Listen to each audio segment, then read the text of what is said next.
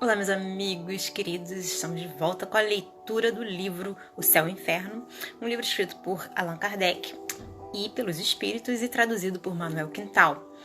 Nós estamos hoje na evocação da Condessa Paula e antes de começar a ler, a gente vai fazer uma oração que se chama Oração do Trabalhador e ela é uma oração cujo autor é desconhecido.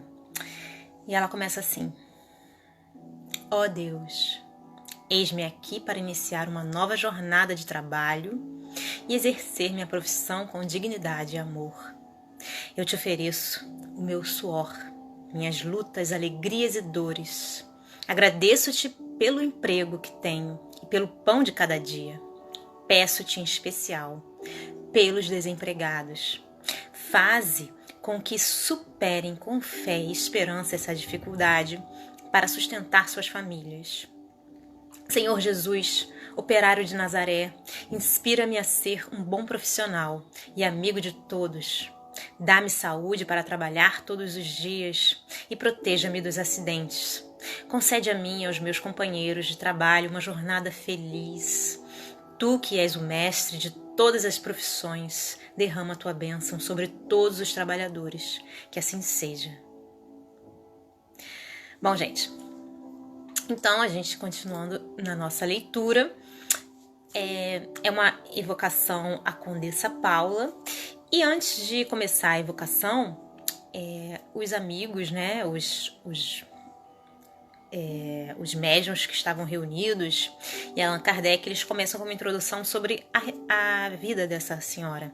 E aí eles falam o seguinte: bela, jovem, rica e de estirpe ilustre. Esta era também perfeito modelo de qualidades intelectuais e morais. Faleceu com 36 anos, em 1851. Seu necrológio é daqueles que podem resumir-se nestas palavras por 1000 bocas repetidas. Por que tão cedo retirar a Deus tais pessoas da terra? Por que tão cedo retira a Deus tais pessoas da terra? Felizes os que assim fazem abençoada a sua memória. Ela era boa, meiga e indulgente, sempre pronta a desculpar ou atenuar o mal, em lugar de aumentá-lo. Jamais a maledicência lhe conspurcara os lábios. Sem arrogância, nem austeridade, era, ao contrário, com benevolência, sem forçada familiaridade, com que tratava os fâmulos, despercebida, ademais de quaisquer aparências de superioridade ou de humilhante proteção. Compreendendo que pessoas que vivem do trabalho não são rendeiros e que, conseguintemente, têm precisão do que se lhes deve, já pela sua condição, já para se manterem, jamais reteve o pagamento de um salário. A simples ideia de que alguém pudesse experimentar uma privação por sua causa ser-lhe-ia um remorso de consciência. Ela não pertencia ao número dos que sempre encontram dinheiro para satisfazer os seus caprichos, sem pagarem as próprias dívidas. Não podia compreender que houvesse prazer para o rico em ter dívidas, e humilhada se julgaria se lhe dissessem que os seus fornecedores eram constrangidos a fazer-lhe adiantamentos. Também por ocasião da sua morte só houve pesares, nem uma reclamação. A sua beneficência era inesgotável, mas não essa beneficência ostentosa, à luz meridiana, e assim exercia a caridade de coração, que não por amor de vanglórias. Só Deus sabe as lágrimas que ela enxugou, os desesperos que acalmou, pois tais virtudes só tinham por testemunhas os infelizes que assistia.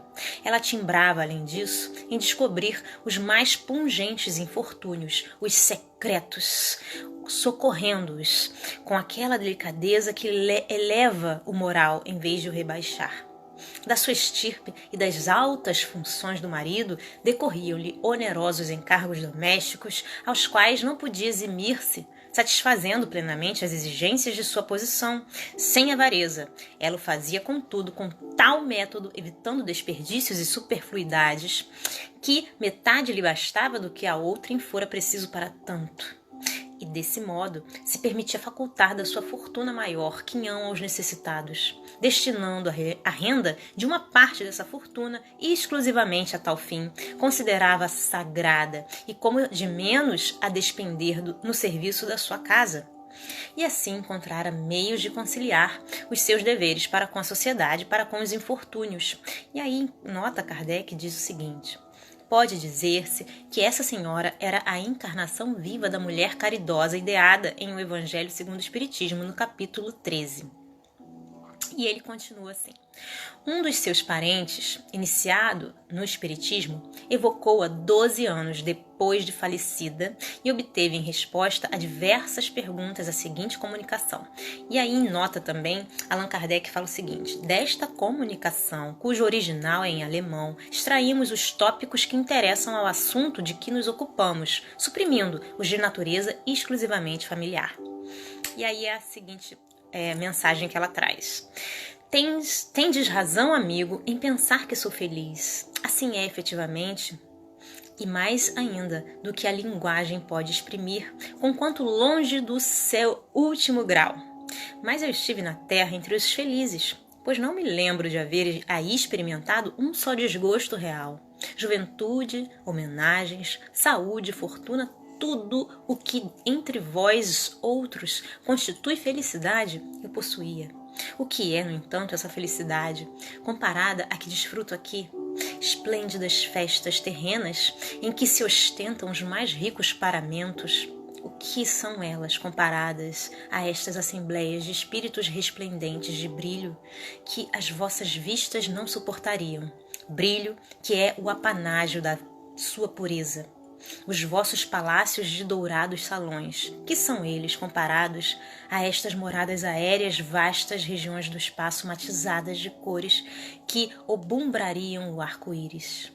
Os vossos passeios, a contados passos nos parques, aqui se reduzem comparados aos percursos da imensidade, mais céleres que o raio.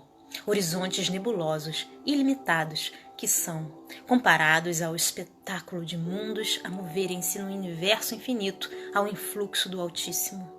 E como são monótonos os vossos concertos mais harmoniosos em relação à suave melodia que faz vibrar os fluidos do éter e todas as fibras da alma. E como são tristes e insípidas as vossas maiores alegrias comparadas à sensação inefável de felicidade que nos satura todo o ser, como um eflúvio benéfico, sem mescla de inquietação, de apreensão, de sofrimento. Aqui, tudo ressuma amor, confiança, sinceridade. Por toda parte, corações amantes, amigos por toda parte, nem invejosos, nem ciumentos. É este o mundo em que me encontro, meu amigo, e ao qual chegareis infalivelmente, se seguirdes o reto caminho da vida.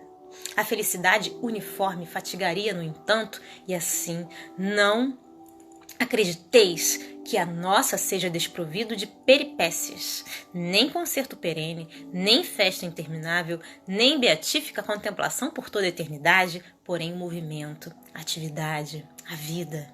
As ocupações, posto que isentas de fadiga, revestem-se de perspectivas e emoções variáveis e incessantes pelos 1000 incidentes que se lhes filiam. Tem cada qual sua missão a cumprir, seus protegidos a velar, amigos terrenos a visitar, mecanismos de natureza a dirigir, almas sofredoras a consolar. E é o vai e vem, não de uma rua a outra, porém de um mundo a outro. Pois é, de um mundo a outro mundo. Reunimos-nos, separamo-nos para novamente nos juntarmos, e reunidos em certo ponto, comunicamo-nos o trabalho realizado, felicitando-nos pelos êxitos obtidos, ajustamo-nos mutuamente, nos assistimos nos casos difíceis. Finalmente, asseguro-vos que ninguém tem tempo para enfadar-se por um segundo que seja. Presentemente, a Terra é o magno assunto das nossas cogitações. Que movimento entre os espíritos, que numerosas falanges aí afluem a fim de lhe auxiliarem o progresso e a evolução.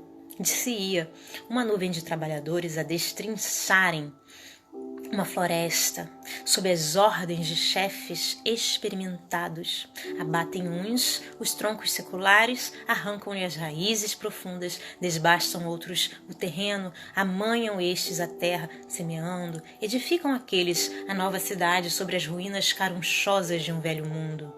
Neste Comenos reúnem-se os chefes em conferência e transmitem suas ordens por mensageiros em todas as direções.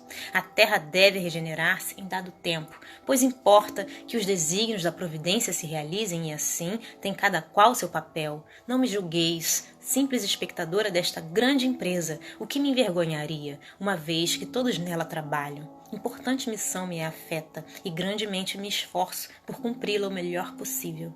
Não foi sem luta que alcancei a posição que ora ocupo na vida espiritual. E ficai certo de que a minha última existência, por mais meritória que porventura vos pareça, não era por si só e há tanto suficiente. Em várias existências passei por provas de trabalho e miséria que voluntariamente havia escolhido para fortalecer e depurar o meu espírito. Essas provas tive a dita de triunfar, vindo a faltar, no entanto, uma, porventura de todas a mais perigosa, a da fortuna e bem-estar materiais, um bem-estar sem sombras de desgosto. Nessa conquista, o perigo, e antes de tentar, eu quis sentir-me assaz forte para não sucumbir, pois esta prova consistia o perigo.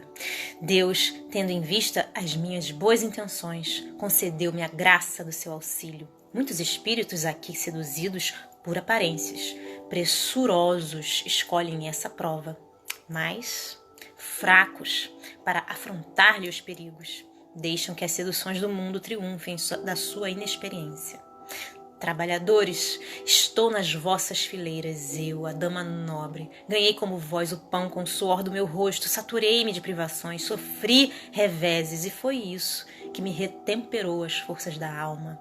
Do contrário, eu teria falido na última prova, o que me teria deixado para trás na minha carreira. Como eu também vós tereis a vossa prova da riqueza, mas não vos apreceis em pedi-la muito cedo. E vós outros ricos, tende sempre em mente que a verdadeira fortuna, a fortuna imorredora, não existe na terra. Procurai antes saber o preço pelo qual podeis alcançar os benefícios do Todo-Poderoso. Paula na Terra, Condessa D. Essa foi a carta, né? A mensagem que a Condessa nos deixou. Espero que vocês tenham gostado dessa mensagem, tanto quanto eu. Um grande beijo a todos, Deus abençoe, até a próxima. Tchau, tchau.